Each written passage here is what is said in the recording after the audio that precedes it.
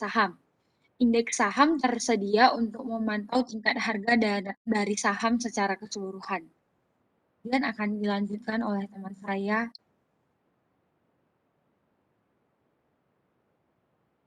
Dewi.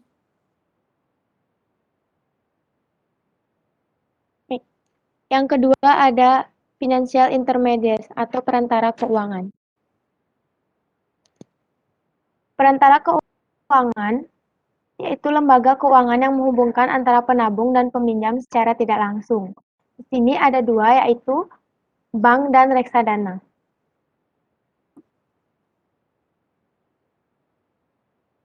Bank ini merupakan perantara yang berfungsi menyimpan dana dari orang-orang yang ingin menabung dan menggunakan dana tersebut untuk memberikan pinjaman kepada orang yang kekurangan dana.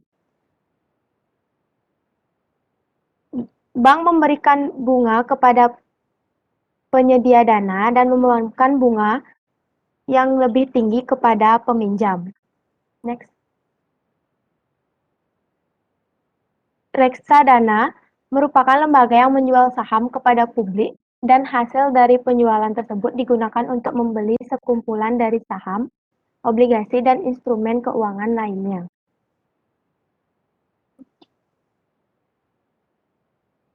Next.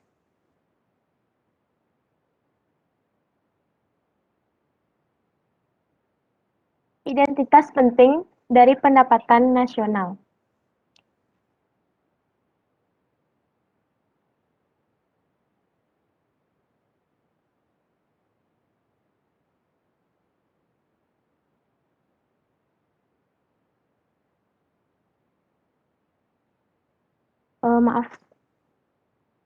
Identitas penting dari pendapatan nasional yaitu dengan persamaan Y sama dengan C plus I plus G dan NX. Itu merupakan persamaan sebagai identitas karena setiap pengeluaran yang muncul di sisi kiri persamaan juga muncul pada keempat komponen sisi kanan. Nah, pada kajian ini merupakan perekonomian tertutup. Karena perekonomian tertutup tidak terlihat dalam perdagangan internasional, maka variabel impor dan ekspor bernilai nol. Jadi, ekspor neto atau NX juga nol. Pada kasus ini dapat dituliskan dengan persamaan Y sama dengan C plus I plus G. Untuk melihat apa yang bisa diperoleh dari identitas ini, menyangkut pasar keuangan, maka kurangkan C dan G dari sisi persamaan. Kini mendapatkan Y min C min G sama dengan I. Sisi kiri dari persamaan Y min C min G adalah pendapatan total perekonomian yang tersisa setelah dikeluarkan untuk konsumsi dan pembelanjaan pemerintah. Jumlah ini disebut tabungan nasional atau national saving, atau juga cukup dengan tabungan atau saving, dengan dilambangkan dengan S. Akan menjadi persamaan yaitu S sama dengan I. Untuk memahami arti dari tabungan nasional, kita perlu sedikit manipulasi persamaan di atas, menjadi S sama dengan Y sama dengan S sama dengan Y dikurangi C dikurangi G, atau bisa juga dengan S sama dengan Y dalam kurung Y dikurangi T dikurangi C plus dalam kurung T dikurangi G. Kedua persamaan ini sama karena 2T di ruas kanan akan saling meniadakan. Persamaan kedua memisahkan tabungan nasional menjadi dua bagian, itu tabungan swasta dan tabungan publik. Sekian, sekarang dilanjutkan oleh teman saya. Yang ketiga ada tabungan dan investasi. Tabungan dalam ilmu ekonomi makro didefinisikan sebagai bagian dari pendapatan disposable yang disimpan karena tidak habis digunakan untuk konsumsi. Tabungan dalam lingkup luas merupakan bagian daripada pendapatan nasional per tahun yang tidak digunakan untuk konsumsi. Menurut Sadono Sukirno, Tabungan adalah bagian pendapatan yang diterima masyarakat yang secara sukarela tidak digunakan untuk konsumsi. Masyarakat menggunakan bagian dari pendapatan yang tidak dikonsumsi tersebut untuk beberapa tujuan. Di antaranya yaitu disimpan saja tanpa digunakan, disimpan atau ditabung pada lembaga-lembaga keuangan, dipinjamkan kepada anggota masyarakat lainnya, serta digunakan untuk penanaman modal yang produktif. Contoh kasusnya, Rani memperoleh pendapatan melebihi yang ia belanjakan dan menyimpan sisanya di bank, atau menggunakannya untuk membeli saham atau obligasi perusahaan. Karena pendapatan Rani melebihi konsumsi yang ia lakukan, Rani menambah jumlah tabungan nasional. Rani mungkin saja berpikir bahwa dirinya telah menginvestasikan uangnya, akan tetapi para ahli makroekonomi menyebut tindakan yang dilakukan Rani sebagai tabungan dan bukan investasi. Yang kedua ada investasi. Investasi merupakan pengeluaran-pengeluaran untuk membeli barang-barang modal dan peralatan-peralatan produksi dengan tujuan untuk mengganti dan terutama menambah barang-barang modal dalam perekonomian yang akan digunakan untuk memproduksi barang dan jasa di masa yang akan datang. Dengan perkataan lain, investasi berarti kegiatan perbelanjaan untuk meningkatkan kapasitas produksi sesuatu perekonomian. Menurut Samuelson, investasi meliputi penambahan stok modal atau barang di suatu negara, seperti bangunan dan peralatan produksi, serta barang-barang inventaris dalam waktu 1 tahun. Investasi merupakan langkah mengorbankan konsumsi di waktu mendatang. Contoh kasus, ketika Raka meminjam dari bank untuk membangun rumah baru miliknya, ia menambah investasi bagi suatu negara. Pembelian rumah baru ini merupakan salah satu bentuk pengeluaran rumah tangga yang lebih bersifat investasi daripada konsumsi. Demikian juga halnya ketika John Cobb menjual beberapa saham dan menggunakan hasil penjualannya untuk membangun pabrik baru. Hal tersebut juga akan menambah investasi bagi suatu negara.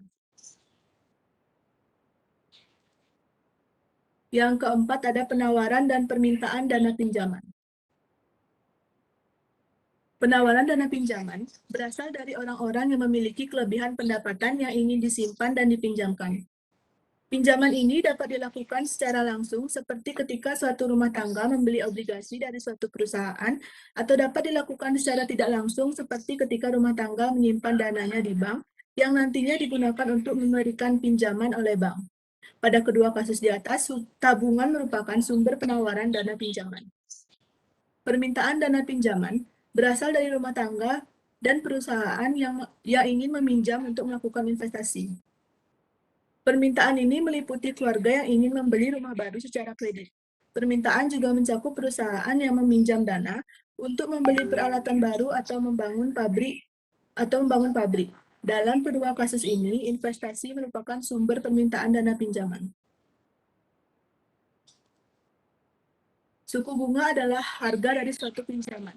Hal ini merupakan jumlah yang dibayar oleh peminjam atas pinjamannya dan jumlah yang diterima oleh pemberi pinjaman atas tabungan mereka. Karena suku bunga yang tinggi membuat pinjaman menjadi lebih mahal, jumlah dana pinjaman yang diminta akan turun seiring peningkatan suku bunga.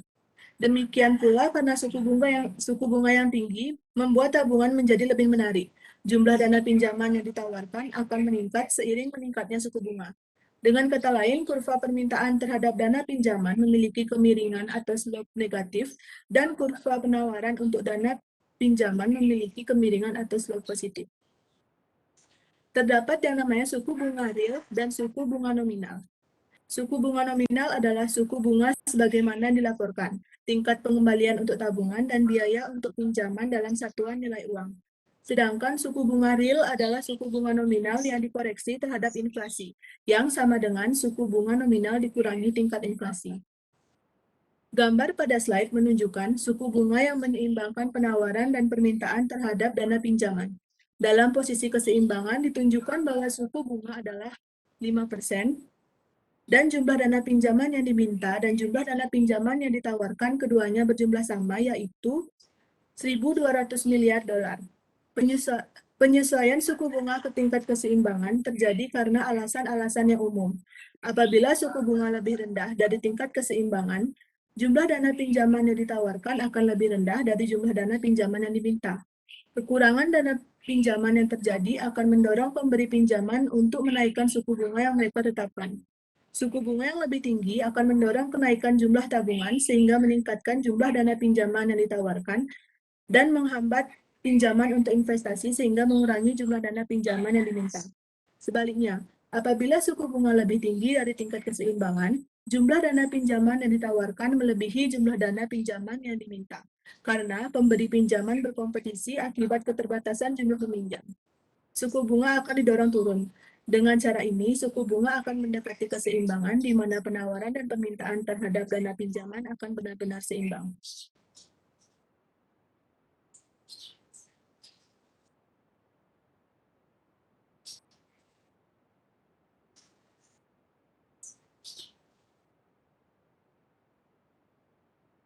Sekian materi yang bisa kelompok kami sampaikan. Apakah ada yang ingin bertanya? Oke, terima kasih kelas A3. Untuk sementara kita hold dulu ya pertanyaannya. Silakan dicek di kolom chat. Itu sudah ada beberapa pertanyaan. Kemudian waktu kalian untuk berdiskusi adalah selama kelompok A1 presentasi. Jadi untuk selanjutnya kelompok A1 saya persilakan.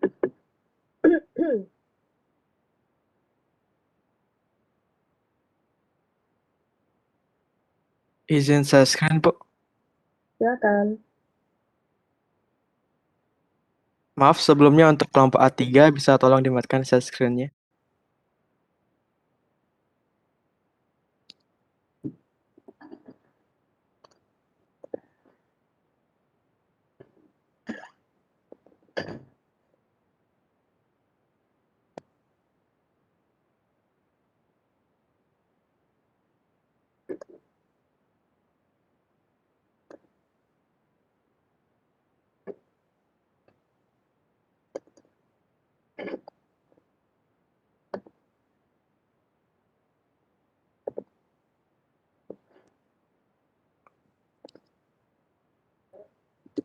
Baik, izin memulai presentasi.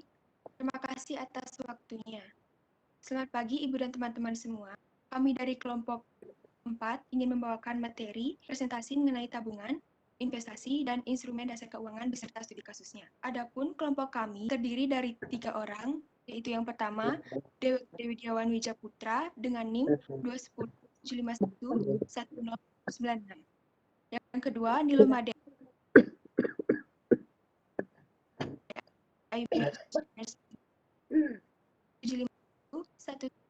itu saya sendiri.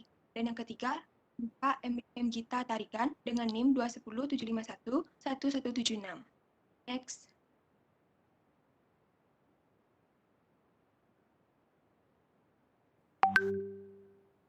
Jadi di sini saya akan sedikit mengulas kembali tentang pengertian tabungan, investasi, dan sistem keuangan. Di mana arti dari tabungan itu sendiri adalah simpanan yang penarikannya hanya dapat dilakukan menurut syarat tertentu. Misalnya di dalam suatu bank, syarat setoran awal untuk awalnya itu minimal Rp 10.000, seperti itu misalnya. Dan yang kedua adalah investasi. Investasi itu adalah suatu kegiatan penanaman modal, baik uang maupun aset lainnya yang dimana dengan harapan mendapatkan keuntungan setelah kurun waktu tertentu. Yang ketiga ada sistem keuangan, yaitu merupakan kelompok institusi yang membantu dalam mencocokkan tabungan seseorang dengan investasi orang lain. Next.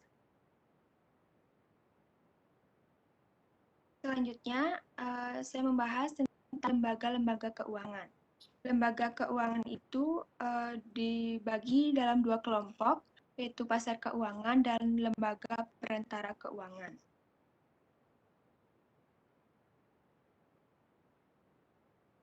Di mana pasar keuangan itu yang paling penting terdiri dari 2, yaitu pasar obligasi dan pasar saham.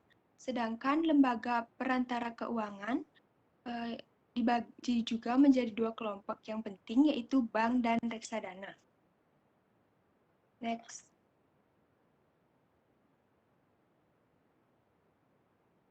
Selanjutnya, saya akan membahas mengenai tabungan dan investasi dalam perhitungan pendapatan nasional. Next.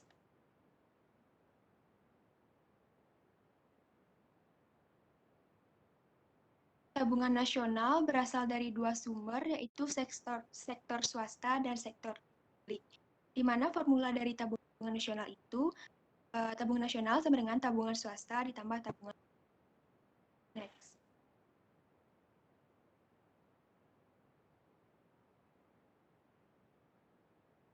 Di mana rumus dari tabungan swasta adalah SP sama dengan I, yaitu investasi, ditambah dengan pengeluaran pemerintah dikurangi dengan pendapatan pajak, ditambah dengan ekspor dikurangi impor, itu merupakan persamaan yang pertama. Tapi dalam beberapa buku, tabungan swasta juga ditulis dengan persamaan SP sama dengan E, yaitu pendapatan agregat yang diwakili oleh PDB, dikurangi pendapatan pajak, dikurangi dengan konsumsi. Next.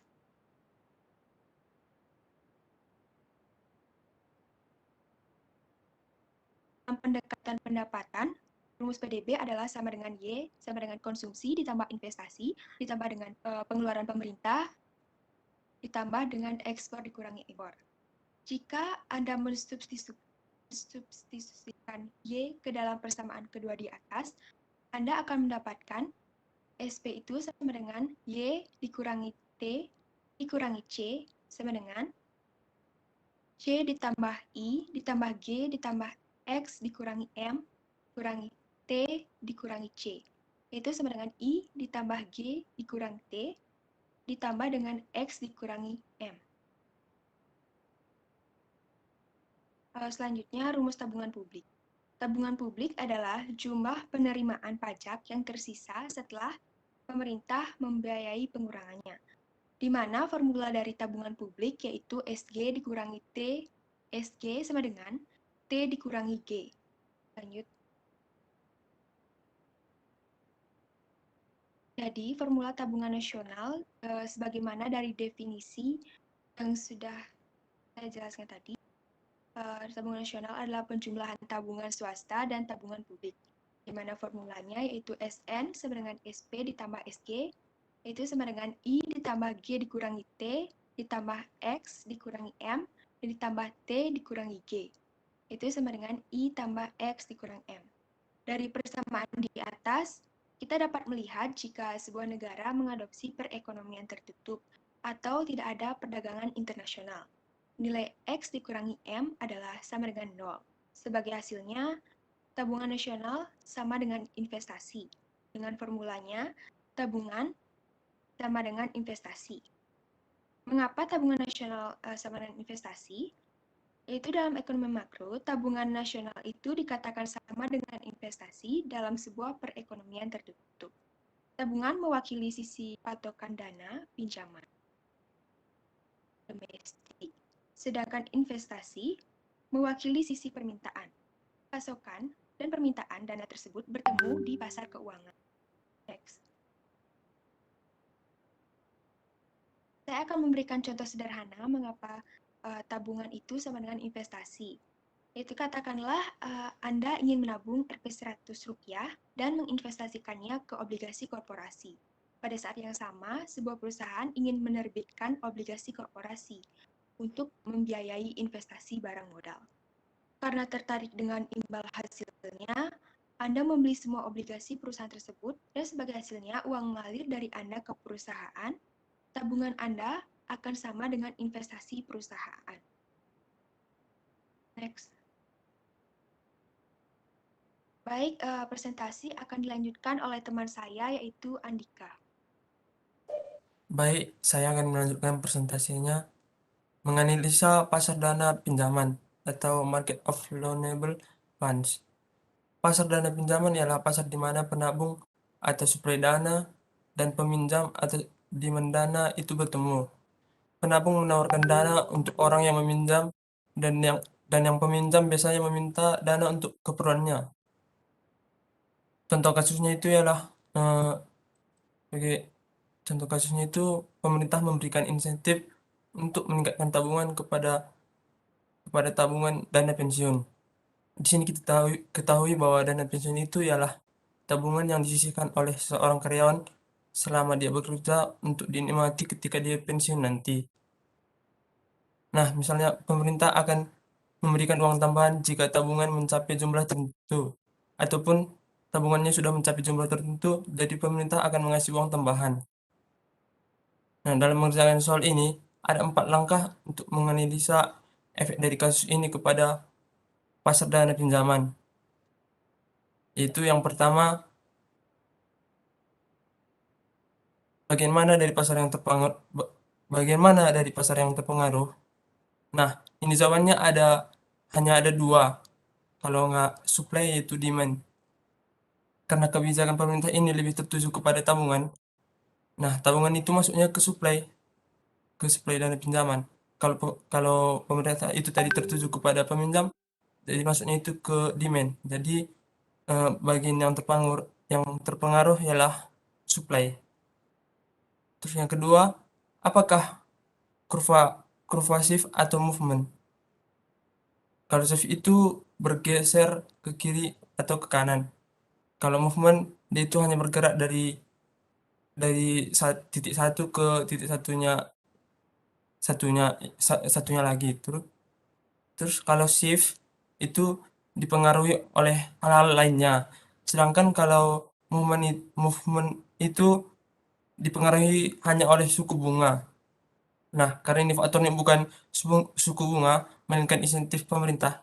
Jadi yang terjadi ialah shift. Yang ketiga, kalau misalnya tadi shift, nah sekarang ke arah mana kurvanya shift? Bisa bergeser ke kiri atau ke kanan. Karena adanya insentif dari pemerintah, maka income dari seseorang tersebut akan naik jadi otomatis tabungan nasionalnya juga akan naik. Maka jika tabungannya naik, maka kurvanya akan bergeser ke kanan. Ataupun sebaliknya, jika tabungannya turun, maka kurvanya akan geser ke bawah. Nah, yang keempat itu dengan gunakan model ataupun menggambarkan kurvanya. Next.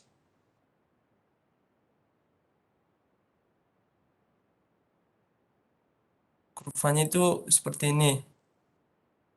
Nah, dari gambar tersebut, yang terjadi ketika pemerintah memberikan insentif, kurvanya itu akan bergeser ke kanan. Di mana supply-nya akan bertambah. Berarti orang yang mau menabung itu akan lebih banyak dan lebih termotivasi lagi. Nah, di sini terjadi kelebihan supply, maka itu akan mengurangi supply-nya sedikit ke titik R1 ataupun X aksen IF.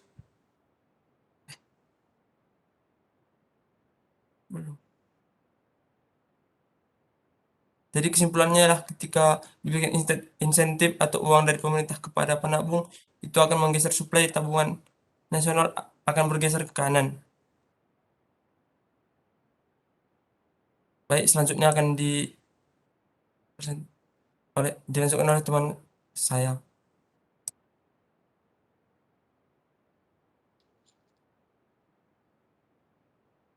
Baik, saya akan menjelaskan tentang studi kasusnya itu. Kita akan membahas tentang studi kasus yang berada di negara Filipina pada tahun 2002 tersebut. Berapa banyak utang pemerintah Filipina? Total utang pemerintah yang diungkapkan, total utang pemerintah termasuk utang domestik dan luar negeri yang diungkapkan sebagai persentase PDB telah turun naik sejak 1990 dari 53% pada 1996 hingga hampir 80% pada 1993 dan 2004. Dan di 2006, utang pemerintah mencapai 64% PDB. Karena PDB adalah ukuran kasa dari basis pajak pemerintah, rasio utang PDB yang menurun menandakan bahwa kewajiban utang pemerintah menyusut jika dibandingkan dengan kesanggupannya untuk menaikkan pendapatan pajak. Pada tahun 1997 hingga 1998, Filipina relatif kurang terpengaruh oleh krisis keuangan Asia dibandingkan dengan beberapa negara tetangga di Asia Tenggara. Filipina pulih dengan cepat dengan pertumbuhan PDB sejak tahun 2002 yang rata-rata sekitar 5% dan neraca pembayaran sebagian besar dalam keadaan surplus. Pada 2006, upaya pemerintah Filipina untuk memperbaiki posisi keuangannya adalah yang pertama menaikkan pajak. Dengan menaikkan pajak, pemerintah Filipina dapat mengumpulkan lebih banyak pendapatannya. Dan yang kedua adalah melepaskan perusahaan. Maaf, tadi ada kesalahan penulisan. Yang kedua adalah melepaskan perusahaan milik negara. Dengan melepaskan perusahaan milik negaranya, pemerintah dapat memotong pengeluaran tidaklah sia-sia. Hingga di tahun 2002 itu, defisit anggaran menyempit menjadi 62 triliun peso atau sekitar 1% PDB. Menurunnya dari puncak yang 5,3% pada 2002 itu, level utangnya tetaplah tinggi. Tidak seperti negara-negara berkembang lainnya, utang pemerintah Filipina sepertinya bukan diakibatkan oleh pengeluaran yang berlebihan. Pengeluaran untuk bidang-bidang sosial seperti pendidikan dan infrastruktur sebenarnya telah turun selama periode tersebut. Baik, sekian presentasi dari kelompok kami. Apabila ada kesalahan, mohon untuk dimaafkan. Terima kasih. Oke, terima kasih kelompok A1.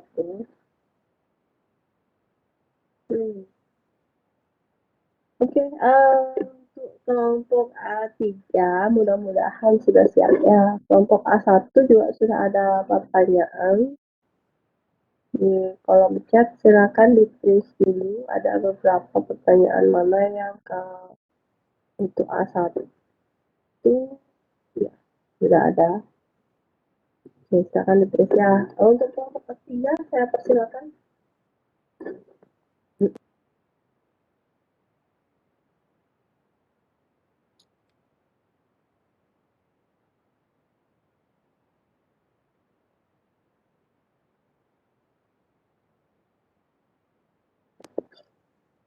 Kelompok A3 belum siap menjawab?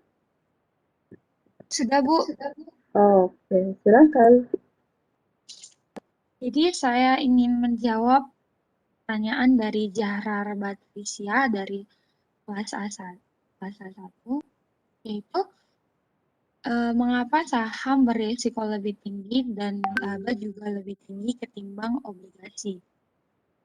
Jadi saham berisiko lebih tinggi dari obligasi itu awalnya para pemegang saham ini kan menanamkan modal.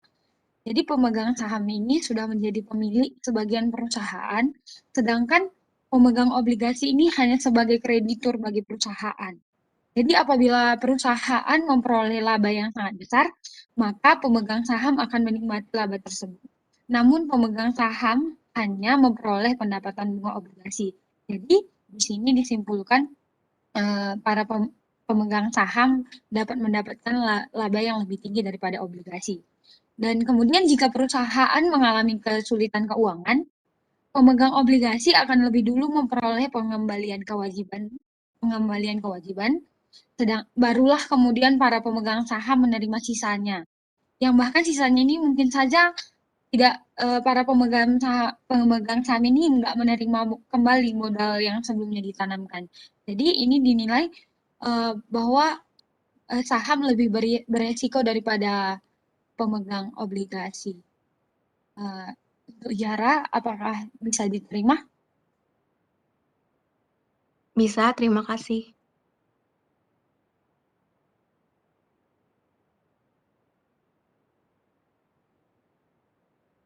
Oke, selanjutnya saya mau menjawab pertanyaan dari Angelina Octaviani dari kelas A3 dengan NIM 2107511169. Pertanyaannya, tadi ada dijelaskan tentang reksadana. Bisa tolong dijelaskan apa saja risiko yang akan dihadapi dalam reksadana tersebut dan cara mengatasinya? Risiko yang ada pada risiko yang bisa kita alami dalam berinvestasi pada reksadana yaitu risiko penurunan nilai, yaitu menurunnya nilai investasi akibat dari aktiva bersih per unit reksadana turun.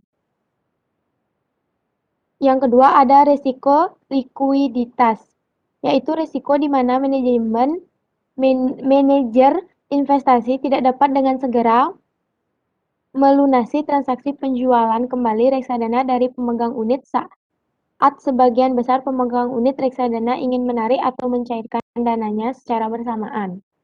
Yang kedua, risiko default terjadi apabila manajer investasi membeli obligasi milik emiten yang sedang kesulitan keuangan sehingga tidak dapat melunasi obligasi tersebut.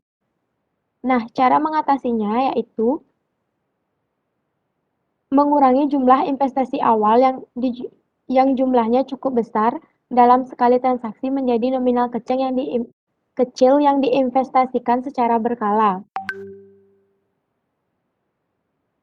Biasanya, investor yang melakukan investasi awal dengan jumlah yang besar memiliki risiko lebih tinggi terhadap penurunan nilai investasi.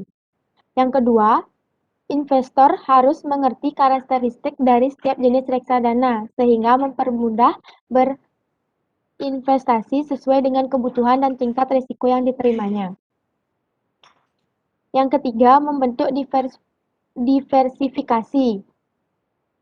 Yang dimaksud itu adalah berinvestasi pada beberapa jenis reksadana dan tidak pada satu manajer investasi saja.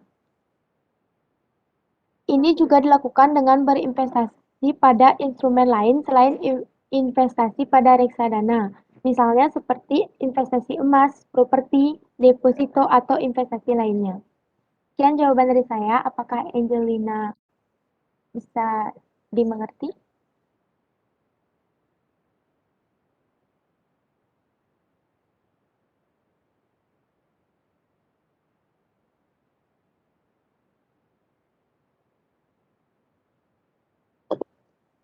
Angelina Sudah gimana? dapat dimengerti. Ya. Sudah dapat dimengerti. Terima kasih.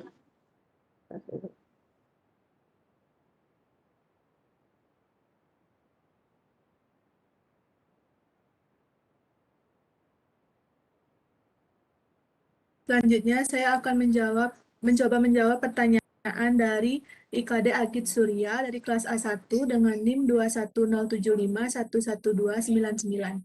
Pertanyaannya, apa saja yang harus diperhatikan dalam investasi? Yang pertama, menentukan tujuan berinvestasi. Yang kedua, menentukan durasi waktu untuk mencapai tujuan investasi. Contohnya, ingin membeli dalam waktu 5 tahun lagi, lalu mau memiliki bisnis di umur 30 tahun lagi. Bisnis di umur 30 tahun. Yang ketiga, mempelajari produk investasi. Dan yang keempat, mengalokasikan dana investasi sesuai kebutuhan. Apakah bisa diterima? Bisa diterima, terima kasih.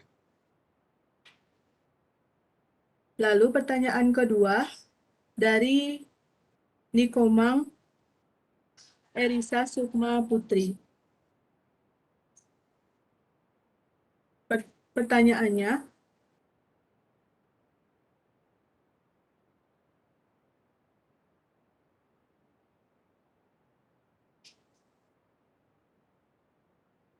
jawabannya yang pertama yaitu pendapatan real. Semakin tinggi pendapatan, permintaan akan dana pinjaman akan semakin besar. Ini dikarenakan konsumsi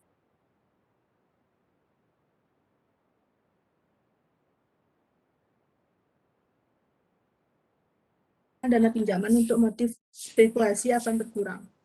Yang ketiga, tingkat harga umum. Semakin tinggi tingkat harga umum, permintaan akan dana pinjaman akan semakin bertambah. Dan yang keempat, fasilitas kredit. Semakin canggih fasilitas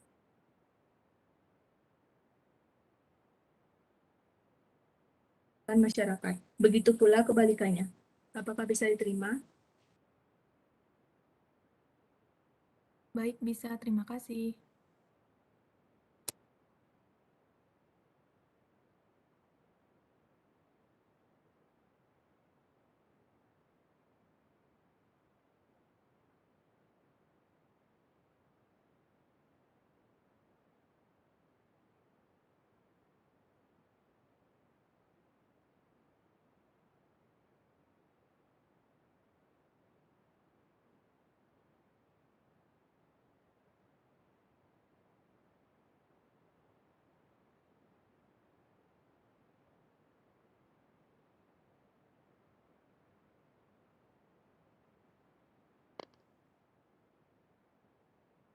Gimana? Tidak?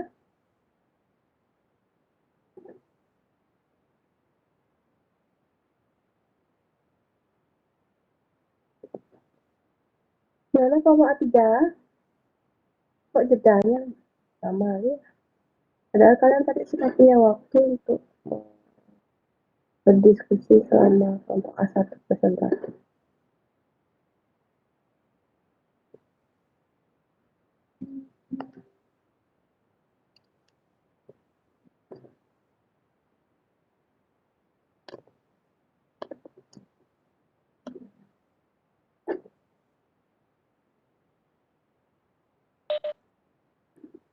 Baik, saya akan menjawab pertanyaan dari kelas A1 dengan NIM 20751-1104 Niwayandia Oktawardhani.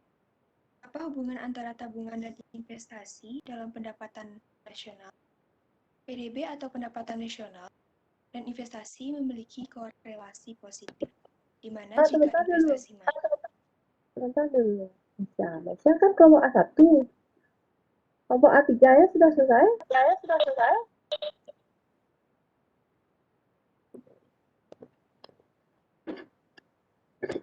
A3 nya Prawarti, Eka, Gina, udah selesai?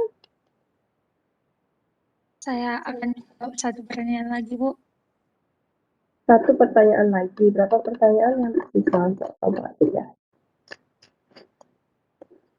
Ini kalau saya kan tak tempel-tempel jadi ini.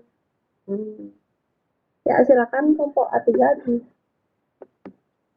Saya akan mencoba menjawab pertanyaan dari Jesa Banu Hataka, yaitu kenapa obligasi jangka panjang memberikan pembayaran bunga yang lebih tinggi dari obligasi jangka pendek. Terima kasih. Jadi pemberian bunga kepada obligasi jangka panjang dianggap diberi bunga yang lebih tinggi karena pembayaran obligasi jangka panjang dianggap lebih beresiko karena obligasi jangka panjang membutuhkan uang lebih awal dan tanggal jatuh tempo yang masih cukup lama. Dalam tanggal jatuh tempo yang cukup lama ini mungkin saja peminjam tidak dapat mengembalikan pinjaman sehingga diberikan bunga yang lebih tinggi kepada peminjam. Seperti itu, apakah dapat diterima? Baik, bisa. Terima kasih. Terima kasih. Sudah selesai, Bu. Semua pertanyaannya sudah dijawab? Yang mewakili banyak pertanyaan yang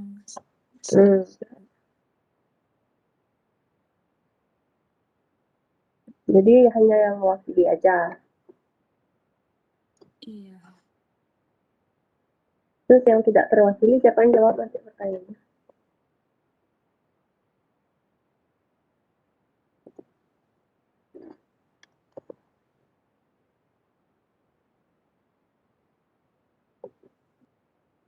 Oke, pertanyaannya Patricia, contoh penawaran dana pinjaman dan permintaan itu gimana?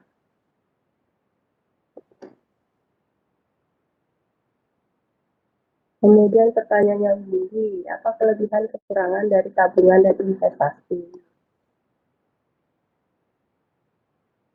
Kemudian pertanyaannya Diah Gayatri, bagaimana perkembangan investasi dan tabungan di Indonesia?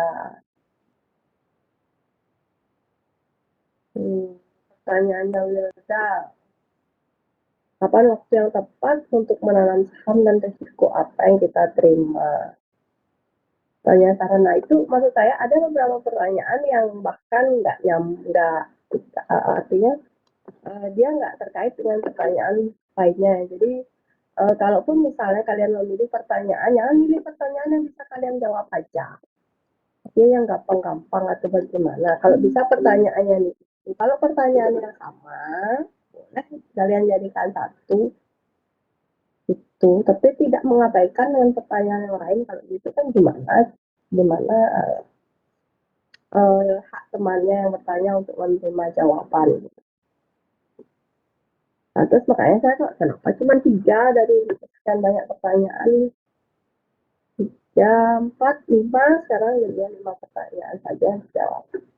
Gimana dengan hak jawab teman-temannya yang lain? Oke, nggak apa. Kalau sudah selesai, merasa selesai A3, saya lanjut ke A1. Silakan waktunya. Maaf Ibu, saya mencoba menjawab lagi satu pertanyaan.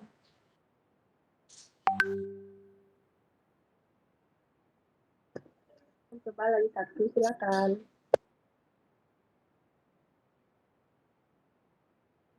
Di sini saya akan mencoba menjawab pertanyaan dari Windy Aurelia Bruginting dari kelas A3, yaitu apa kelebihan dan kekurangan dari masing-masing tabungan dan investasi. Yang pertama, kelebihan dari tabungan yaitu dana bisa dicairkan kapan saja tanpa perlu membayar penalti, lebih fleksibel dalam hal tenor, uang yang disimpan tak perlu dalam nominal besar, jadi cocok buat penyimpanan tipe bulanan, bisa dijadikan simpanan untuk dana darurat, dan hampir semua bank memberikan fasilitas e-banking pada jenis simpanan ini, yakni internet banking, mobile banking, dan SMS banking, yang mempermudah untuk transaksi. Lalu kekurangan dari tabungan, yang pertama yaitu suku bunganya kecil, ada biaya administrasi yang memotong simpanan setiap bulan, buku tabungan yang didapatkan tidak bisa dijaminkan di bank, dan tidak cocok untuk investasi. Lalu, kelebihan dari investasi, yang pertama yaitu menjauhi kemungkinan terjadinya inflasi. Yang kedua, penghasilan jadi bertambah. Yang ketiga, nilai uang bertambah. Yang keempat, cocok untuk mempersiapkan kebutuhan masa depan. Yang kelima, merdeka secara finansial. Dan yang ketujuh, melatih tanggung jawab dan belajar mengambil keputusan. Lalu kekurangan dari investasi sendiri, yang pertama risikonya tinggi. Lalu yang kedua, potensi capital loss, di mana capital loss sendiri merupakan kondisi yang menunjukkan adanya penurunan harga jual dari harga beli. Yang ketiga, harus dilakukan sendiri. Sekian Bu, terima kasih. Apakah bisa diterima? Sudah dimengerti, terima kasih sudah menjawab pertanyaan saya.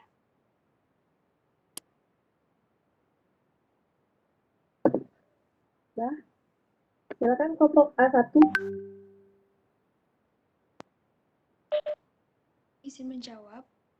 Saya akan menjawab pertanyaan dari NIM dengan NIM 210751110 dengan nama Niwayan Dia Oktawadani. Apakah hubungan antara tabungan dan investasi dalam pendapatan nasional, PDB atau pendapatan nasional, dan investasi memiliki korelasi yang positif, di mana jika investasi naik, maka pendapatan nasional juga akan naik. Dan begitu pun juga sebaliknya, jika investasi turun, pendapatan nasional juga akan turun. Terima kasih. Apakah bisa diterima? Baik, terima kasih.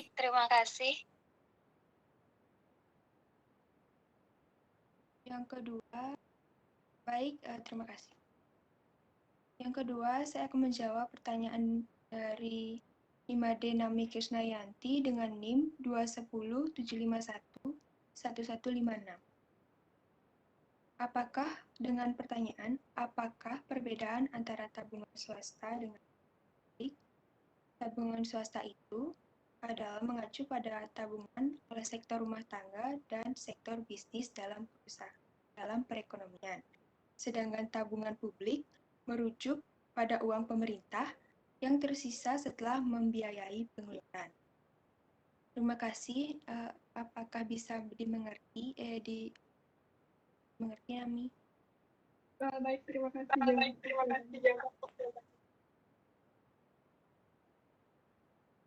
Baik, itu saja pertanyaan yang bisa saya jawab dan dilanjutkan oleh teman saya.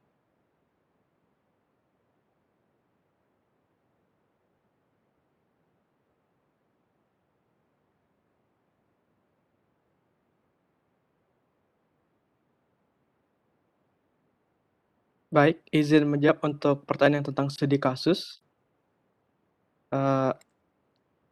Di sini upaya pemerintah Filipina untuk perbaiki posisi keuangannya dengan menaikkan pajak untuk mengumpulkan lebih banyak pendapatan dan melepaskan perusahaan-perusahaan milik. Maaf, saya ulangi. Upaya pemerintah Filipina untuk memperbaiki posisi keuangannya dengan menaikkan pajak untuk mengumpulkan lebih banyak pendapatan. Dan yang kedua, melepaskan perusahaan-perusahaan milik negara untuk memotong pengeluaran tidaklah sia-sia. Tapi menurut saya di sini tuh permasalahannya permasalahan negara Filipina adalah ketidaksanggupan pemerintah untuk menaikkan rasio pendapatan pajak PDB secara memadai untuk mendanai kebutuhan populasi yang berkembang secara cepat yang hampir semuanya diakibatkan oleh korupsi dan sistem pajak yang tidak efisien. Permasalahannya tersusun oleh layanan sipil yang membengkak dan utang-utang perusahaan yang berkaitan dengan pemerintah, terutama di sektor listrik. Begitu juga fakta bahwa hampir 80% anggaran pemerintah dihamburkan oleh pengeluaran wajib, seperti pelayanan utang, subsidi non-kebijaksanaan, dan transfer pendapatan kepada pemerintah daerah. Jadi, dengan melepas perusahaan milik negara, pemerintah dapat mengurangi terbuangnya uang yang tidak sia-sia itu. Terima kasih.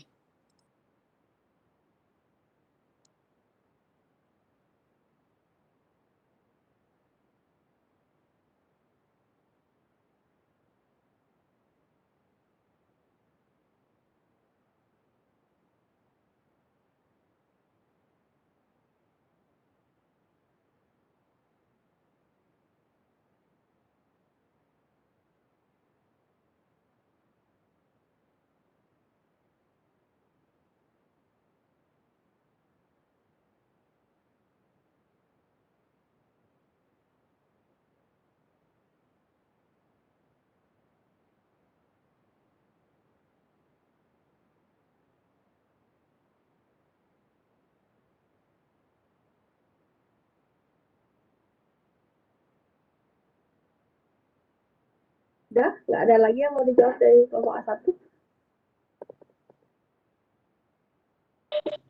Izin menjawab. Saya ingin menjawab pertanyaan dari 5D Oni Martinez dengan NIM 210-751-1297. Dengan pertanyaan apakah reksadana pasar uang bisa turun dan apa penyebabnya. Reksadana pasar uang diketahui memiliki risiko rendah dalam penurunan nilai, tetapi tidak menutup kemungkinan bahwa reksadana pasar uang itu bisa turun. Reksadana pasar uang itu bisa turun diakibatkan oleh berubahnya nilai aset yang ada dalam portofolio reksadana tersebut.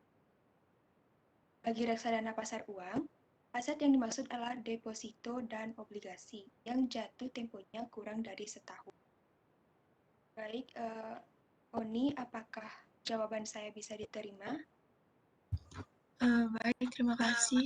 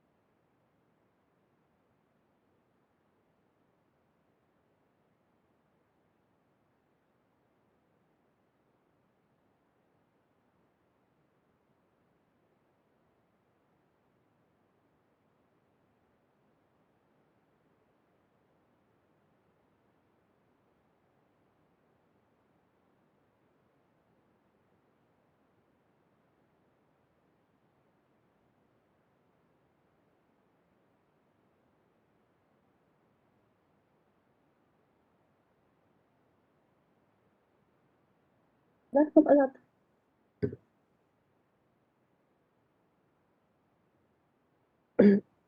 Gimana kelompok A1 sudah? Ada yang mau dijawab lagi? Sudah, Bu. Sudah. Oke, Kalau dari hasil catatan saya, dari 3 anggota, hanya 2 saja yang ikut berdiskusi ya.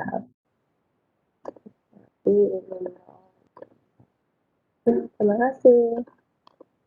Saya ingin menambahkan sedikit. Saya pikir PPT-nya kelompok tidak. Oke. Ini kita mulai dari sini. Apa sih pentingnya kita belajar ini?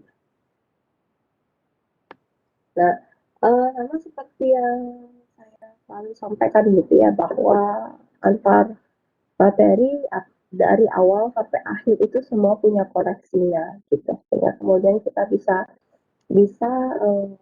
memahami aturan-aturan dalam sebuah perekonomian gitu. Dalam konteks makro itu sebenarnya dia terkait satu sama lain. Kenapa dia begini gitu.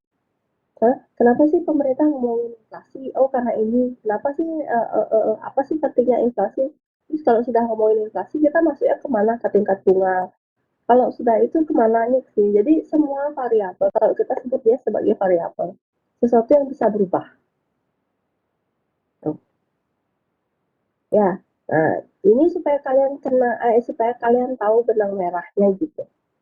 Kalau di pengantar, kalian tahu benang merahnya dulu deh. Nah, di awal kita sudah belajar mengenai pendapatan nasional. Kalau identitasnya kalian juga sudah tahu. Ya, identitas dalam pendapatan nasional itu atau metode perhitungan dalam pendapatan nasional itu ada 3. Metode pendapatan, metode pengeluaran, metode produksi. Nah, kalau kita bicara mengenai aktivitas ekonomi, maka biasanya kita bisa melihat produksi kalau mau tahu struktur ekonomi, atau metode pengeluaran kalau mau tahu siapa saja pelaku gitu ya. Terus bagaimana aktivitas pelakunya itu bisa dilihat di metode pengeluaran. Nah, di sini kita melihat ada identitas ekonomi, identitas pendapatan nasional yang paling mudah, bukan paling mudah ya. Ini sepertinya akan terus kalian ingat. Yang harus kalian ingat gitu ya, bahwa pendapatan nasional atau Y, makanya dia Y ya, pendapatan ya, income, adalah CIJ X min N. X min M itu biasa dikenal dengan ekspor mutu atau net export, NX. Nah, sekarang kita ngomongin investasi, di mana letaknya? Di sini ya, ini.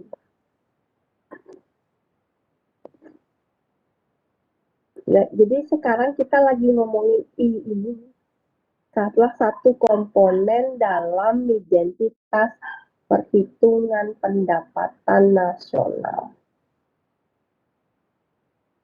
Oke.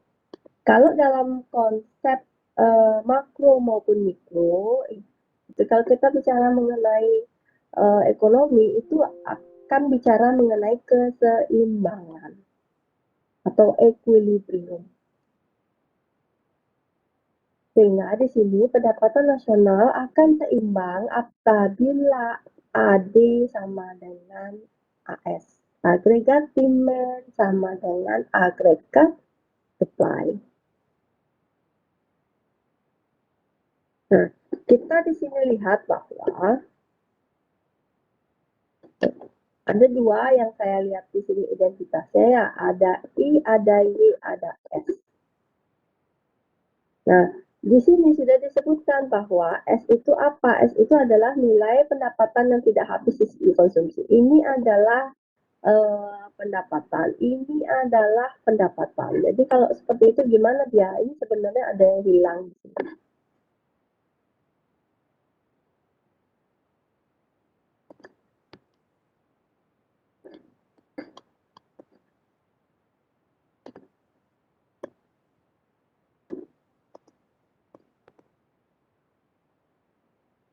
Oke. Jadi dalam pendapatan, apabila kita ingin pendapatan itu seimbang, maka AD sama dengan AS.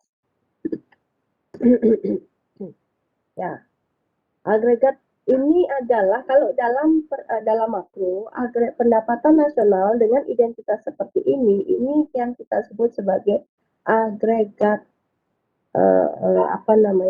agregat supply. Agregat demand kemudian. Jadi pendapatan itu bisa dalam bentuk Y sama dengan CIJ plus X min M, atau Y sama dengan pendapatan itu bisa Y sama dengan C plus S sama dengan C plus I. Ini kalau kita buat sederhananya dulu ya. Perekonomian dalam dua sektor. Ini kita belum masuk ke G, kita belum masuk ke X. Jadi dalam perekonomian dua sektor itu pendapatan nasional akan seimbang apabila Y sama dengan C plus S sama dengan C plus I. Kenapa begitu? Karena dalam identitasnya pendapatan itu bisa digunakan untuk dua hal, yaitu untuk konsumsi dan untuk saving. Kemudian dari sisi supply, pendapatan itu merupakan identitas dari konsumsi dan dari investasi. Nah, ini dia. Jadi, artinya apa? Bahwa ekonomi itu akan seimbang, ini CIJ. Jadi, ekonomi itu akan seimbang apabila S sama dengan I.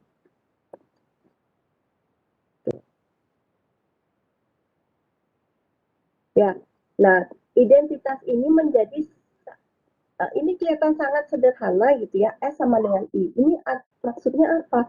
Bahwa investasi yang dibutuhkan dalam sebuah perekonomian untuk mendorong pendapatan nasional itu dibutuhkan yang namanya tabungan domestik.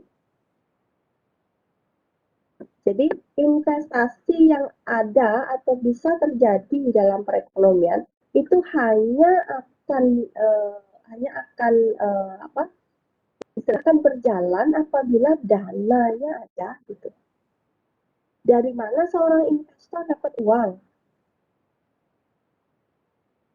Apabila ada yang menabung gitu artinya. Makanya kalau dalam keseimbangan pendapatan nasional, kenapa ini dikatakan seimbang? Karena S itu sebenarnya adalah bentuk kebocoran dalam perekonomian. Kenapa disebut sebagai liquid? Word that comes to mind. Daddy! Daddy girl. When I talk all the time. Look at the way that I move. Disrespectful and I'm rude. Jadi kalau saya punya uang 1 juta. Word that comes to mind. Daddy! Daddy girl. When I talk all the time. Look at the way that I move. Disrespectful and I'm rude. 200-nya itu saya simpan, gitu dia. Artinya dia nggak muter lagi dia dalam perekonomian. Karena dia tidak berputar kembali dan disimpan oleh si pemilik, makanya dia disebut sebagai kebocoran perekonomian. Bocor uangnya, keluar dia dari aliran pendapatan. Nah, kemudian uang yang saya simpan itu terus saya gunakan untuk apa? Kalau ini tidak digunakan, maka uang tersebut betul-betul akan menjadi kebocoran. Ekonomi itu nggak akan bisa bergerak. Bukan nggak bisa bergerak ya, maksudnya akan hilang senilai itu. Jadi, untuk bisa mengembalikan dia ke dalam perekonomian, maka harus ada bentuk lain yang kita sebut sebagai investasi. Makanya orang bilang, nabung itu bukanlah investasi. Tabungan itu adalah kebocoran ekonomi. Nah, bagaimana untuk mengembalikan dia ke dalam perekonomian dan menjadi bentuk investasi? Disinilah fungsi yang namanya lembaga keuangan. Mau itu bank, mau itu non-bank. Karena apa? Kalau saya misalnya punya uang yang tadi 200.000 itu ya saya simpan. Nah, kalau zaman dulu nggak ada bank gitu ya, mereka simpan sendiri gitu ya. Kemudian siapa yang pinjam uang mereka akan kasih. Nah, artinya akan ada double coincidence yang kita dibutuhkan kalau kita nggak punya yang namanya lembaga keuangan. Double coincidence itu adalah orang yang punya uang ketemu dengan orang yang membutuhkan. Misalnya saya adik simpan uang 200.000. Siapa di antara kalian yang membutuhkan 200.000? Nah, kalau saya menjajakan uang saya punya uang, saya gila aja dalam ekonomi yang semakin kompleks itu sudah tak memungkinkan. Gitu. Dan sangat sulit menemukan double coincidence dalam waktu yang bersamaan. Nah, sehingga kemudian pemerintah membentuk yang namanya lembaga keuangan. Yang punya uang tadi silakan simpan uangnya di sini gitu. 200 dari saya, 100 dari kalian, kalian aja per 80 gitu ya. Kali 100, 800 sudah jadi 1 juta. Belum lagi dari kelas sebelah, belum lagi dari lain, belum lagi orang lain. Nah, kebayang berapa uang yang bisa disimpan oleh bank. Itu kalau kemudian tidak dimanfaatkan, maka uang itu tidak akan ada fungsinya. Ekonomi akan bocor senilai itu. Nah, sehingga kemudian tugas dari lembaga keuangan ini adalah menemukan orang yang akan menggunakan uang tersebut untuk investasi. Jadi kalau kalian pinjam uang di bank, ya dalam bentuk kredit, investasi kah, modal kerja kah, kur itu misalnya, itu kenapa kalian bisa pinjam uang di bank? Bukan banknya yang punya uang. Yang punya itu adalah orang-orang atau masyarakat yang menabung. Jadi bank itu hanya sebatas menjalankan fungsinya sebagai lembaga intermediasi, menghubungkan antara orang yang punya uang tapi tidak menggunakan atau sisa uang yang tidak habis mereka konsumsi dengan orang yang membutuhkan uang untuk investasi. Nah, ini sederhananya, jadi ini sederhana sekali kelihatan sama dengan I, tapi intuisi ekonominya di balik itu jauh lebih menarik. Bahwa logika sederhananya dari orang hanya investasi hanya akan terjadi ini. Bagaimana kita bisa mendorong Y, butuh I. Dari mana kita dapat I? Ya dari tabungan domestik. Tabungan domestik itu ada dua ya. Tabungan yang dilakukan oleh masyarakat atau swasta, makanya kita sebut sebagai private sector saving. Jadi saving swasta, tabungan swasta, private saving itu tabungan kalian, tabungan saya itu di total itu namanya tabungan swasta. Ada yang disebut sebagai tabungan publik. Itu tabungan yang dilakukan oleh pemerintah. Tadi bicara mengenai Filipina. Ya, jadi S di sini itu adalah tabungan domestik. Ini kalau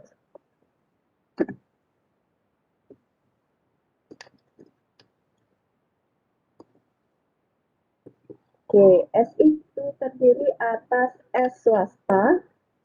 S swasta itu kita dan ada perusahaan misalnya di sini.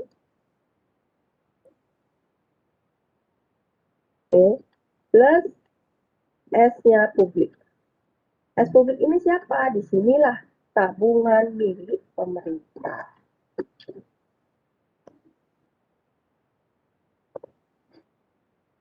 Ya, jadi S itu bisa bersumber dari dua, public sector dan private sector.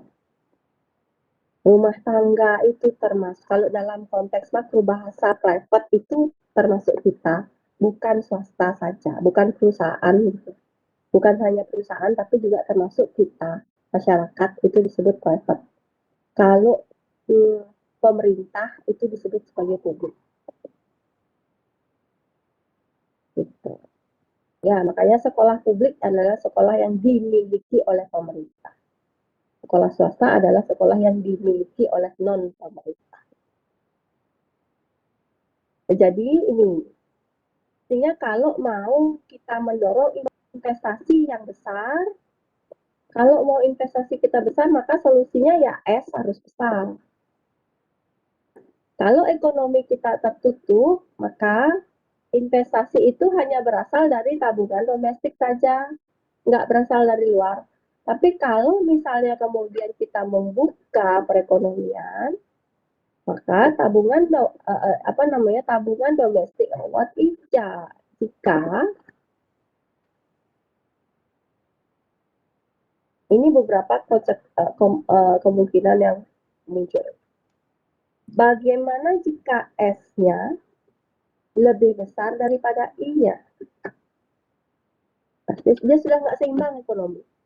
Tabungan kita lebih besar daripada kebutuhan investasi.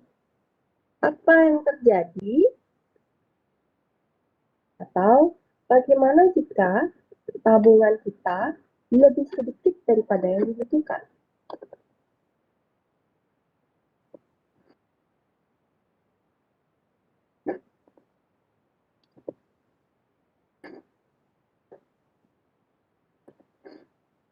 Oke, apa yang terjadi kalau misalnya tadi tabungan kita lebih besar daripada investasi, kebutuhan investasi maksudnya, atau tabungan kita lebih sedikit daripada kebutuhan investasi. Nah, inilah yang kemudian memungkinkan munculnya aliran modal internasional.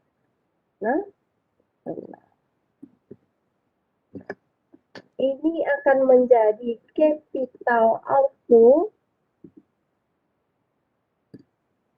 Ini akan menjadi capital inflow. Outflow itu berarti karena tabungan di sini itu sudah nggak banyak dipakai gitu ya. Jadi daripada tidak digunakan, kemudian akan terjadi aliran modal keluar. Dia akan mencari wilayah atau daerah negara mana yang membutuhkan modal. Kemarin kayaknya kita sudah bahas aliran modal ini. Kemudian kalau kita tuh investasi yang lebih besar daripada kemampuan kita untuk menabung, maka yang terjadi adalah capital inflow. Jadi akan ada yang namanya penanaman modal asing. Gitu. Sehingga kemudian nanti kalian akan mengenal istilahnya net capital flow.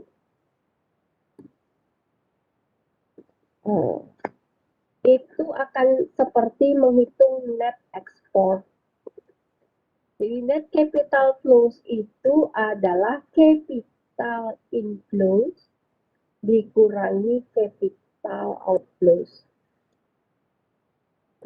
Jadi capital inflows itu berarti uang yang Ini capital inflows dikurangi capital outflows. Jadi dia bisa negatif, bisa positif, tergantung aliran modal itu kemana dia lebih banyak.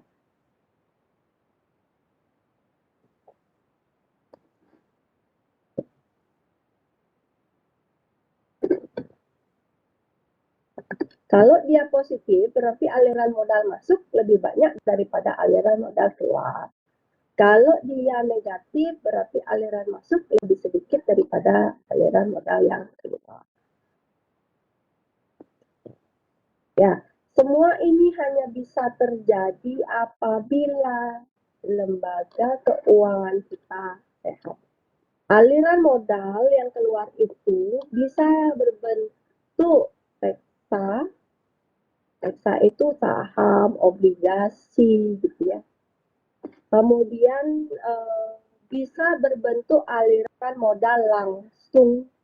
Aliran modal langsung itu adalah ketika si pemilik uang itu menanamkan uangnya dengan cara membangun pabrik, merekrut tenaga kerja. Makanya investasi itu ada dua bentuk.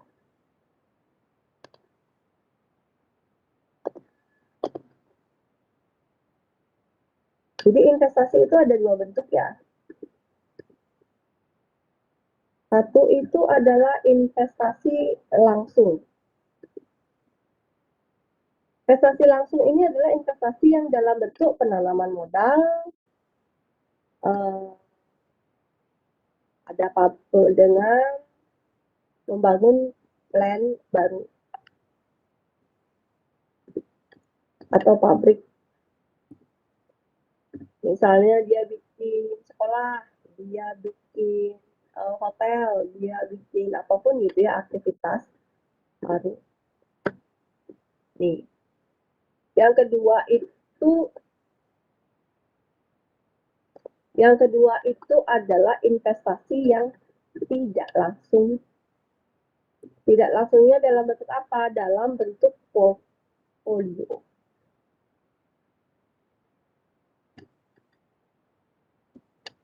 Jadi dalam bentuk portofolio bisa saham, bisa obligasi, ya. Itu yang kita sebut sebagai reksa.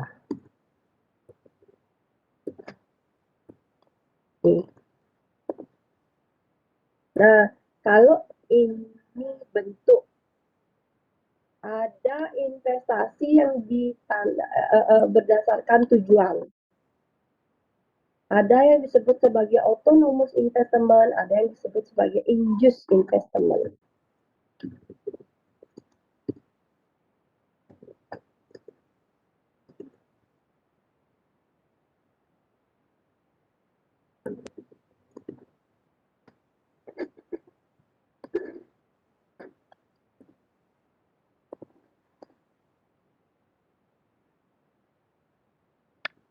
Iya. Jadi ada disebut sebagai autonomous investment. Ini yang seperti apa? Ini kalau investasinya dilakukan tanpa melihat keuntungan atau profit masa depan. Profit. Nah, ini biasanya adalah investasi yang dilakukan oleh pemerintah. Kenapa pemerintah perlu berinvestasi?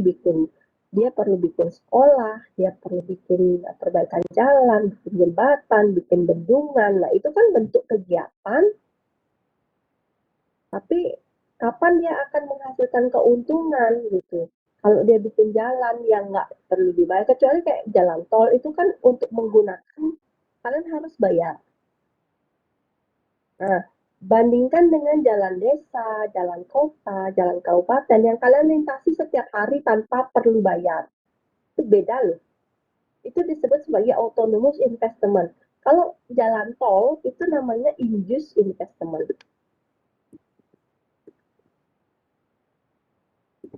Investasi yang dilakukan memang untuk meningkatkan pendapatan si pemiliknya. Nih, jalan aja bisa berbeda fungsinya. Gitu. Ya, jadi kayak ada yang ini ya, kalau kita ke kampus Bukit gitu ya bersiap untuk kalian ya mulai bulan November kemungkinan ada PTM terbatas. Kalau kita mengambil jalur untuk ke kampus Bukit, biasanya kita bisa menggunakan jalan bypass biasa, itu nggak perlu bayar, atau menggunakan tol itu perlu bayar. Kalian punya dua opsi. Dua-duanya akan mencapai titik yang sama. Tapi secara ini kita akan melihat perbedaan.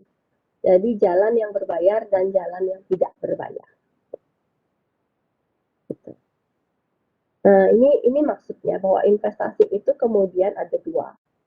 Ada yang memang ditujukan untuk mendapatkan keuntungan, ada yang memang ditujukan untuk meningkatkan kesejahteraan masyarakat tanpa melihat apakah itu menguntungkan atau tidak. Makanya kalau ada yang mengkritisi gitu ya pemerintah misalnya bangun jalan di Papua gitu misalnya. Mereka menyambungkan daerah satu wilayah dengan wilayah yang lain. Kemudian kalau itu kemudian dikritisi ini ngabis-ngabisin uang negara aja.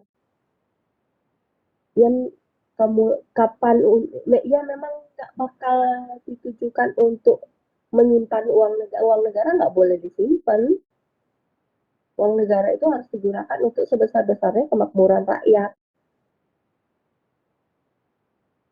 Gitu. Jadi kalau misalnya negara takut untuk menghabiskan uang dengan alasan itu tidak akan menghasilkan keuntungan, ya nggak usah nggak usah apa ya, istilahnya nggak usah bikin negara, sekalian biarin aja merdeka masing-masing.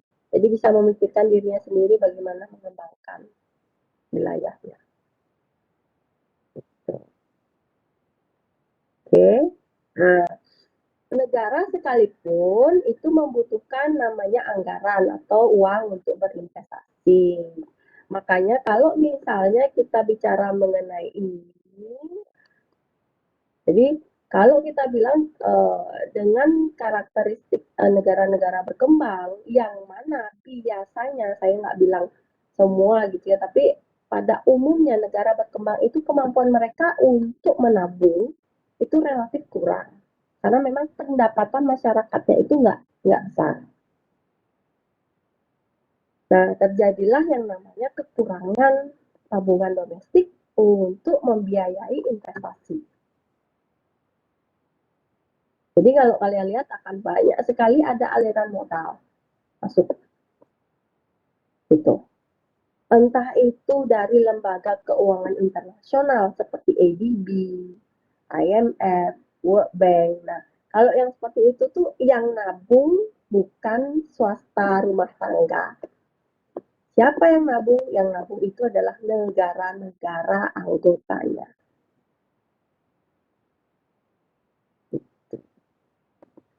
Ya, nggak ada rekening tabungan pribadi dalam World Bank. Bank sentral aja nggak ada. Makanya kalau ada yang merasa ada yang tertipu karena dianggap punya rekening di World Bank, itu apa namanya, silih aja gitu. Karena memang lembaga keuangan internasional itu nggak ada kepemilikan pribadi, yang ada adalah kepemilikan negara.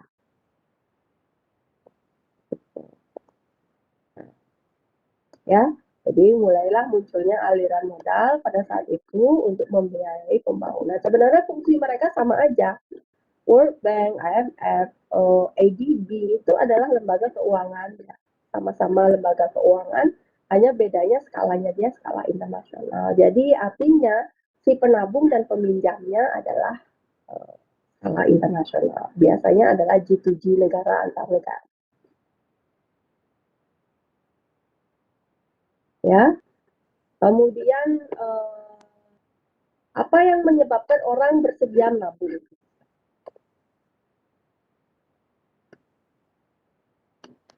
Kalau kita menggunakan istilah istilah sederhana bahwa tabungan itu adalah pendapatan yang tidak habis dikonsumsi. Jadi karena dia nggak habis dikonsumsi, maka dia akan ada sisa. Sisa inilah yang kita sebut sebagai tabungan. Nah, kalau sebatas itu saja, maka sebenarnya nggak perlu ada kebijakan apapun. Nah, masalahnya kemudian adalah tabungan itu dibutuhkan untuk investasi.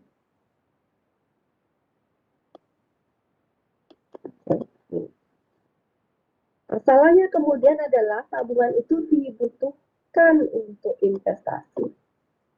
Akhirnya, kesederhanaan tabungan dalam tanda petik bahwa itu adalah sisa yang tidak habis dikonsumsi, itu nggak bisa gitu lagi. Kita harus membuat orang itu menyisakan uangnya. Bukan hanya menunggu sisanya. Karena kalau tidak ada tabungan, tidak ada investasi. Sehingga kemudian muncullah berbagai kebijakan agar orang bersedia menabung. Salah satu yang digunakan sebagai insentif itu adalah bunga.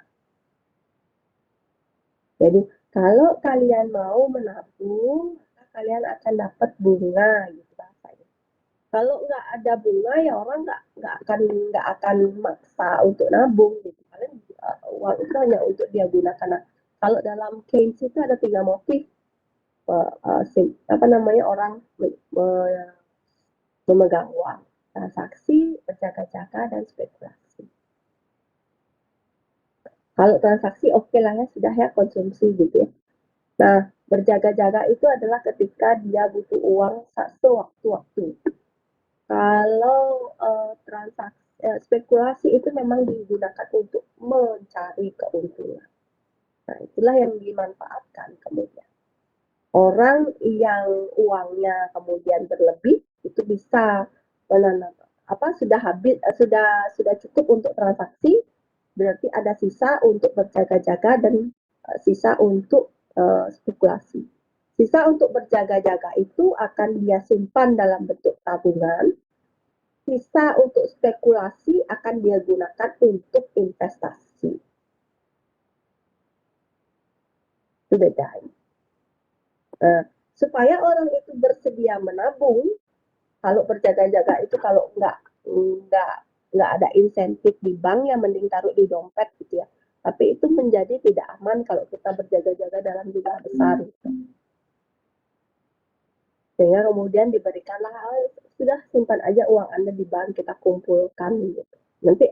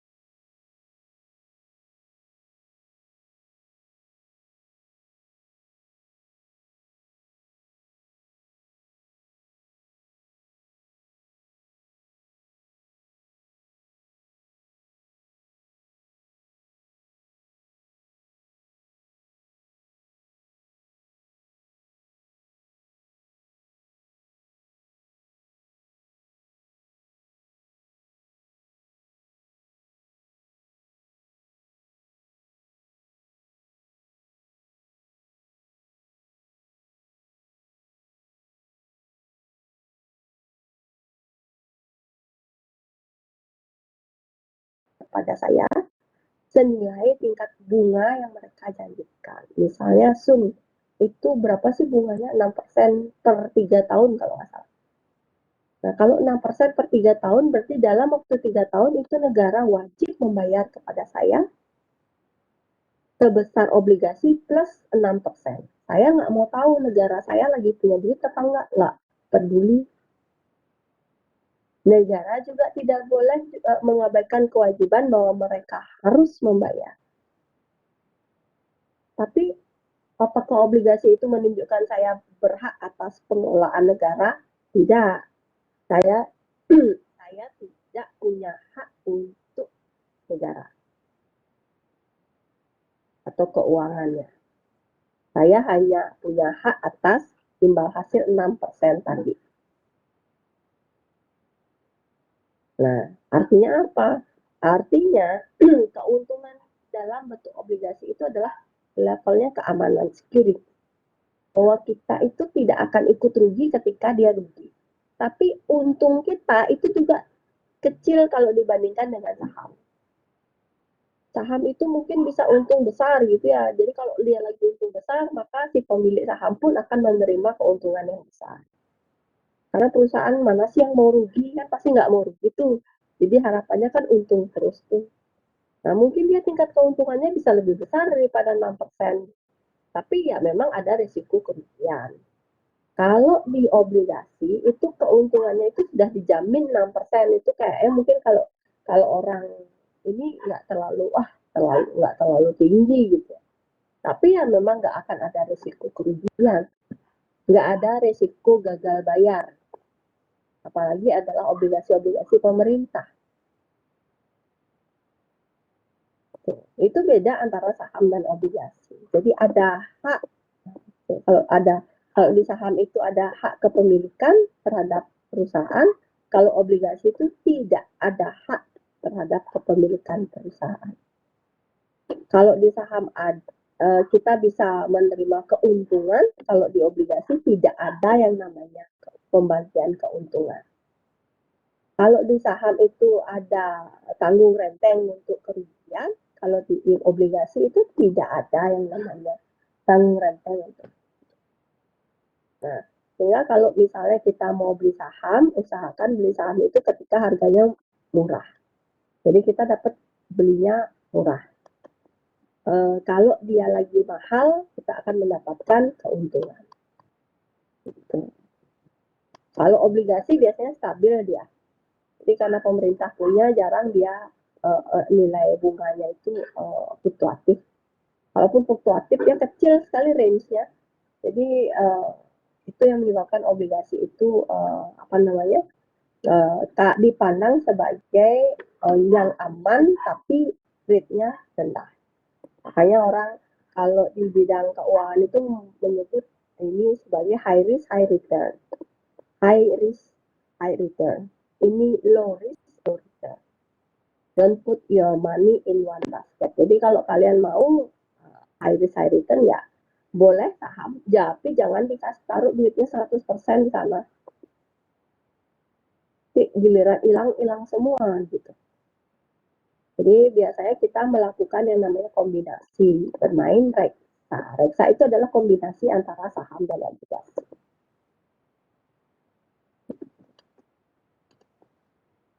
Ya. Kemudian, ini karena saya nge-trace pertanyaan, jadi penjelasan saya akan sekaligus untuk menjawab. Jadi pertanyaan-pertanyaan mengenai saham obligasi, bagaimana menghadapi risiko. Untuk itu nanti, kalau Bursa Efek Indonesia itu biasanya mereka ngerilis kok perusahaan apa yang berkode.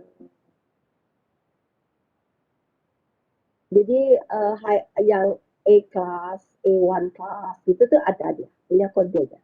Jadi kalau mau aman memang perusahaan yang stabil itu berdasarkan kategorinya B. Nah, itu tapi memang harga saham mereka cenderung lebih mahal. Jangan membeli saham gorengan. Saham gorengan itu adalah saham yang sangat fluktuatif. Jadi dia bisa naik tinggi sekali atau turun rendah sekali. Gitu. Yang artinya gampang digoyang oleh kondisi-kondisi. Jadi salah satu indikator yang gampang merubah struktur pasar itu adalah kondisi indikator makro. Jadi kalau pemerintah announce sesuatu, kemudian misalnya dikata kayak beberapa perusahaan bank, kalau sudah ada TBK, BNI TBK gitu misalnya, Mandiri TBK gitu, berarti itu adalah perusahaan terbuka yang kepemilikannya bukan lagi milik pemerintah saja. Dia sudah dibeli atau dimiliki oleh swasta. Jadi kalian pun bisa beli gitu. Kalau mau ikut mendapatkan keuntungan di dalamnya, silakan. Gitu. Nah, jadi sehingga kemudian perusahaan-perusahaan yang TBK itu di belakangnya itu menjadi sangat rentan atau berisiko terhadap goncangan apapun. Salah satunya adalah makroekonomi. Enggak cuma goncangan terhadap perusahaannya, tapi juga goncangan terhadap makro. Goncangan dari indikator makro itu sendiri. Oke. Sampai di sini ada yang mau tanya?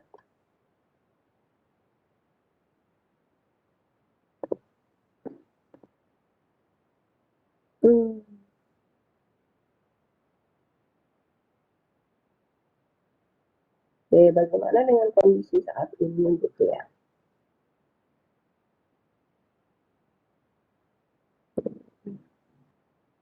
Oke, kalau kita melihat kondisi saat ini,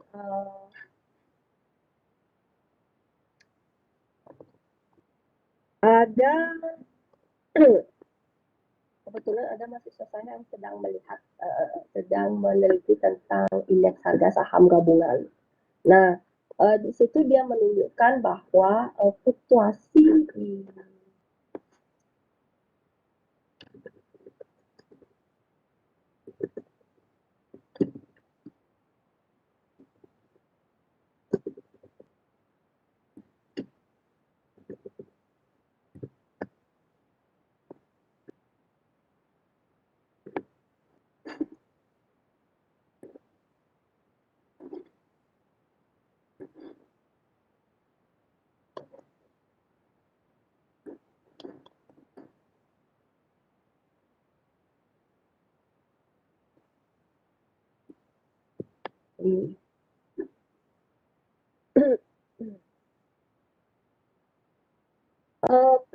ini karena dia hijau, ini menunjukkan bahwa kondisi saham gabungan kita sedang bagus. Saham gabungan loh ya, saya tidak menunjukkan satu perusahaan saja. Ini menunjukkan banyak perusahaan dalam makanya di sini sebut indeksnya komposit. Di komposit ini itu menunjukkan bahwa ini terdiri atas seluruh perusahaan yang ada. Gitu. Nah, kalau mau lihat satu-satu itu kalian bisa masuk ke PI-nya langsung. Karena ini indikatornya adalah plus dan ini hijau, artinya indeks saham gabungan kita sedang bagus. Nah, ini menunjukkan bahwa bursa sedang optimis, sedang bergembira gitu ya, karena kemudian mendapatkan peningkatan transaksi hari ini. Gitu. Ya, jadi kalau kalian lihat trennya, itu sebenarnya tren kita memang kalau namanya juga bursa transaksi ya pasti ada up and down. Tapi kalau kita lihat beberapa bulan, anggaplah 1 bulan terakhir itu kan terjadi peningkatan yang cukup signifikan. Artinya di sini ekonomi pemain pun istilahnya dia merasakan optimisme terhadap kinerja keuangan atau kinerja ekonomi di Indonesia. Jadi mereka merasa ada inilah istilahnya angin segar gitu ya, bouncing back. ya, dibandingkan dengan periode sebelumnya. Oke. Ini kalau kalian apa istilahnya, kalau mau belajar di bermain saham ataupun obligasi, kalau obligasi pemerintah memang relatif mahal ya, karena pemerintah biasanya jualnya satu slot itu berapa gitu ya. Kalau kemarin saya ditawarin yang 100 juta, 200 juta, aduh, apa namanya, sisa uang saya untuk spekulasi nggak sampai segitu besarnya gitu. Tapi kalau misalnya kemudian memang gitu ya, obligasi pemerintah adalah yang paling aman, tapi memang nilai rate-nya kecil, imbal hasilnya kecil dibandingkan dengan saham gitu. Dan itu kan biasanya jangka panjang ya. Kalau pemerintah punya obligasi itu misalkan kayak SBI saja, dia 7 days rate repo. Jadi kalau kalian beli hari ini, paling cepat itu kalian bisa jual minggu depan gitu. Nah, kalau saham di pasar seperti ini, dia kan hitungannya dia bisa harian. Jadi sekarang beli, sekarang jual, atau nanti beli, nanti jual bisa. Karena dia apa namanya, kelihatan perubahannya itu dalam waktu real time. Nah, tapi ya itu resikonya adalah kalian harus mantengin itu setiap saat. Harus diperhatiin terus pergerakannya, supaya nggak sampai kalian kehilangan momen untuk menjual atau membeli. Nah, kalau obligasi nggak seperti itu dia. Kalian nggak harus melihat dia setiap saat. Sorry. Karena memang ada janji yang akan dibayarkan pada periode yang sudah ditentukan gitu. Jadi kalian nggak usah begadang nontonin dia perubahannya sebagaimana, karena memang angkanya udah pasti 6% ya 6% gitu, 1 minggu ya 1 minggu gitu, nggak akan ada perubahan apapun. Itu namanya obligasi. Nah, sekarang semua tergantung pada karakteristik. Makanya individu masing-masing itu punya yang namanya jiwa pengambilan risiko. Ada orang yang berani menghadapi risiko, jadi risk taker dia. Nah, kalau seperti itu biasanya mereka mainnya saham lebih banyak. Ada yang kayak saya misalnya adalah risk netral. Jadi kalau orang yang bersifat risk netral ya memang cenderung untuk menghindari risiko. Nah, itu bergerak lagi. Ya, oke. Mungkin itu tambahan dari saya. Ada pertanyaan? Izin, Bu. Silakan. Tadi, maaf Bu, mungkin agak kelewatan, tapi saya mau nanya. Tadi kan ada muncul aliran modal internasional, Bu. Ya. Itu tuh maksudnya kan kita memberikan kepada negara yang memerlukan gitu.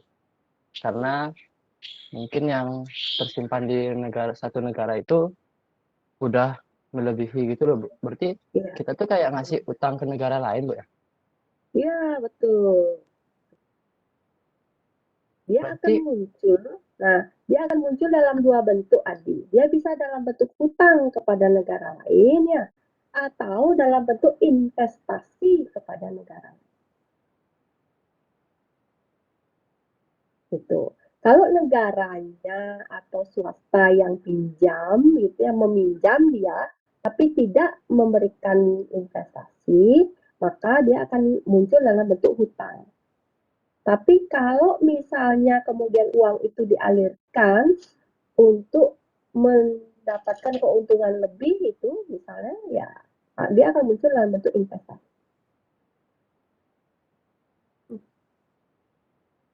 Ya, gimana Din? Ya, baik Bu. Kasih Bu. Terima kasih. Nah, sama aja bayangannya begini ya. Misalnya saya punya uang 1 juta. Saya akan tanya kepada kalian, kemudian siapa yang butuh uang 1 juta? Nah, kalau kemudian saya meminjamkan uang itu kepada kalian, maka uang saya akan berubah dalam bentuk hutang kepada kalian. Piutang kepada kalian. Kalian berhutang kepada saya. Tapi kalau saya tanya, saya punya uang 1 juta, siapa yang punya proposal bisnis? Maka uang saya akan berubah menjadi investasi dari 1 juta. Nah, itu bedanya. 1 juta yang dalam bentuk uang saja, atau 1 juta yang kemudian saya keluarkan dalam bentuk investasi. Nah, sehingga kemudian capital outflow itu bisa dalam bentuk 2. Bisa dalam bentuk hutang, bisa dalam bentuk investasi. Ya. Ada lagi?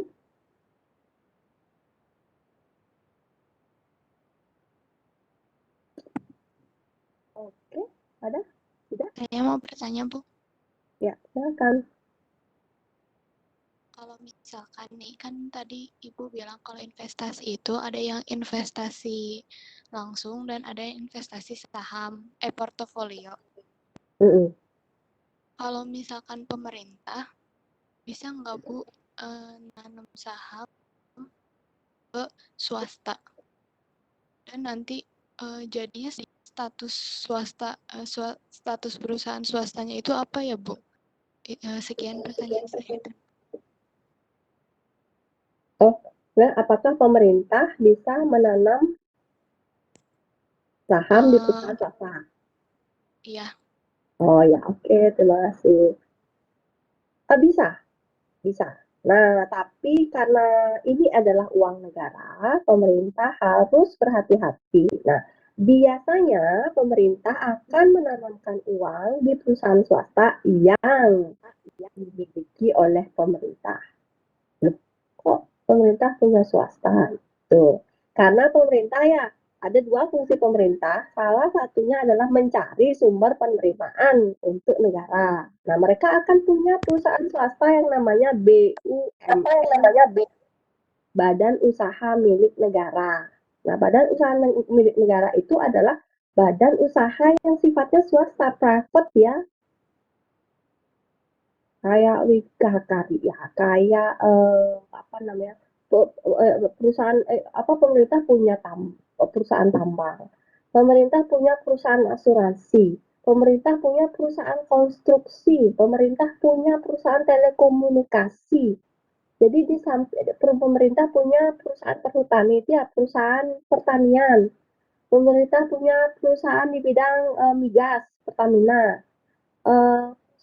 Pemerintah punya banyak sekali perusahaan yang dimiliki oleh pemerintah. Karena pemerintah juga punya kewajiban untuk mencari sumber pendapatan lain di luar pajak.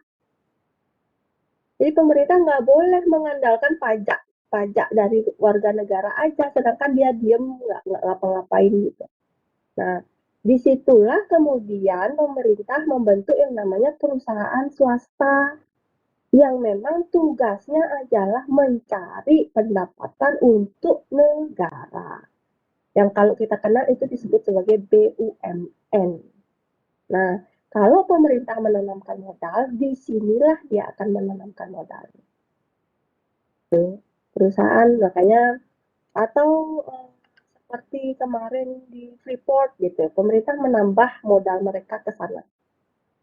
Dengan tujuan karena memang mereka sudah bisa memperhitungkan Freeport itu. Jadi dia mengambil sahamnya Freeport, itu berarti pemerintah nambah modal. Karena dengan begitu dia akan mendapatkan keuntungan lebih banyak. Atau kayak pemerintah mulai masuk ke bank-bank daerah, kayak BPD. BPD itu kan milik pemerintah daerah plus private juga. Jadi ada orang-orang pribadi yang punya. Tapi biasanya saham kepemilikannya adalah terbesar adalah milik negara. Jadi pemerintah punya perusahaan asuransi, punya bank, punya perusahaan minyak, punya tambang dan sebagainya, sampai perusahaan pertanian pun sebenarnya pemerintah punya. Perkapalan itu pemerintah punya, sampai jasa pendidikan pemerintah juga punya. Nah, itu namanya bisnis yang memang harus dijalankan oleh pemerintah untuk bisa menghasilkan pendapatan. Sehingga begini ya, kalau tadi saya sebutkan bahwa ini kayak nah ini pemerintah punya loh kewajiban untuk menjalankan investasi otonom, bikin jalan, bikin bendungan, ngasih anak bos gitu ya, bukan ngasih anak bos bantuan operasional sekolah, biaya sekolah, kemudian bikin macam-macam gitu ya, yang tujuannya adalah untuk mensejahterakan masyarakat ya. Nah, di sisi lain pemerintah juga bisa menjalankan investasi yang ditujukan untuk meningkatkan pendapatan pemerintah. Jadi ini akan menjadi seimbang ya, dengan harapan investasi yang dijalankan di sini itu akan digunakan untuk investasi di sini. Jadi kalau orang bilang padahal pemerintah cuma makan duit rakyat dengan menikmati pajak itu ya, nggak seperti itu juga. Jadi pemerintah nggak cuma apa istilahnya duduk diam dan minta uang dari rakyat dengan pajak itu enggak. Mereka nggak boleh, walaupun pajak adalah sumber pendapatan negara yang terbesar utama, tapi pemerintah juga tidak boleh duduk diam saja untuk tidak melakukan apa. Gitu. Jadi itu Mas Prince. Makasih. Silakan, ada lagi? Makasih Bu. Ada lagi?